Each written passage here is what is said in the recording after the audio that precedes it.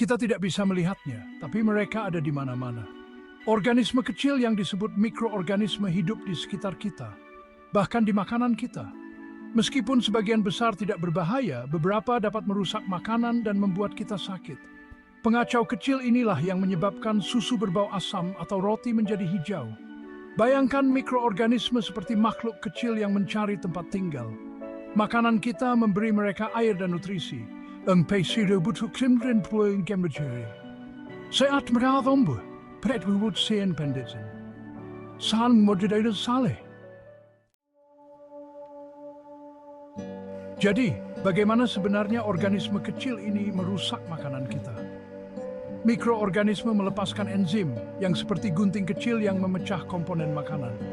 Proses ini melepaskan gas dan zat lain yang menyebabkan perubahan tak menyenangkan yang kita kaitkan dengan makanan busuk.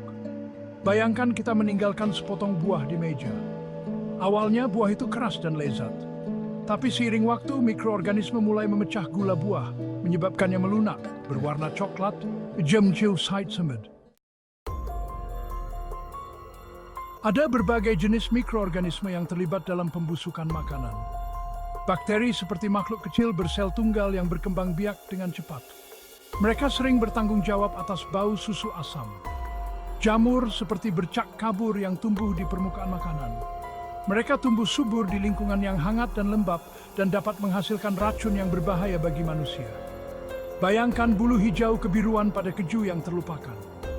Raji Jamasel Stengkel berbsisin gesumlin menus. Mereka bertanggung jawab atas proses fermentasi.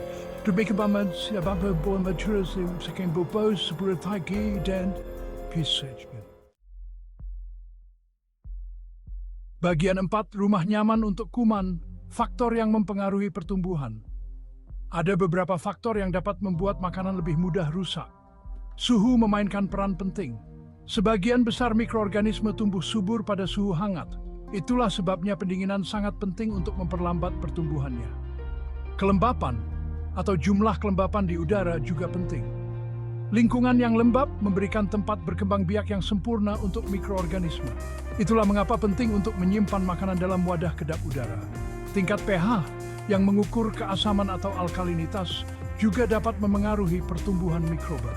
Beberapa mikroorganisme lebih menyukai lingkungan asam, sementara yang lain tumbuh subur dalam kondisi netral atau basah.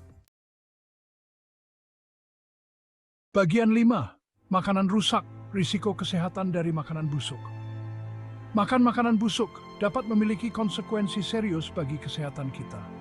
Meskipun tidak semua mikroorganisme berbahaya, beberapa menghasilkan racun yang dapat menyebabkan keracunan makanan. Gejalanya bisa berkisar dari mual ringan hingga muntah parah, diare, dan bahkan demam.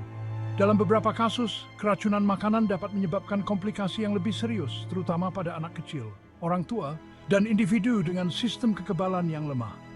Itulah mengapa sangat penting untuk menangani dan menyimpan makanan dengan benar untuk mencegah pembusukan.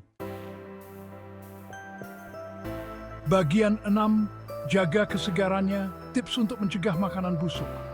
Kabar baiknya adalah ada langkah-langkah sederhana yang dapat kita lakukan untuk mencegah makanan busuk. Penyimpanan yang tepat adalah kuncinya. Segera dinginkan makanan yang mudah busuk dan jaga lemari es Anda pada suhu 4 derajat Celcius atau di bawahnya. Selalu cuci tangan Anda dengan sabun dan air sebelum menangani makanan. Ini membantu mencegah penyebaran bakteri berbahaya. Gunakan tali yang terpisah daging dan hasil bumi untuk menghindari kontaminasi silang. Jika ragu, buang saja. Jika Anda melihat tanda-tanda pembusukan seperti jamur, bau tidak sedap, atau tekstur berlendir, sebaiknya buang makanan tersebut untuk menghindari risiko apapun.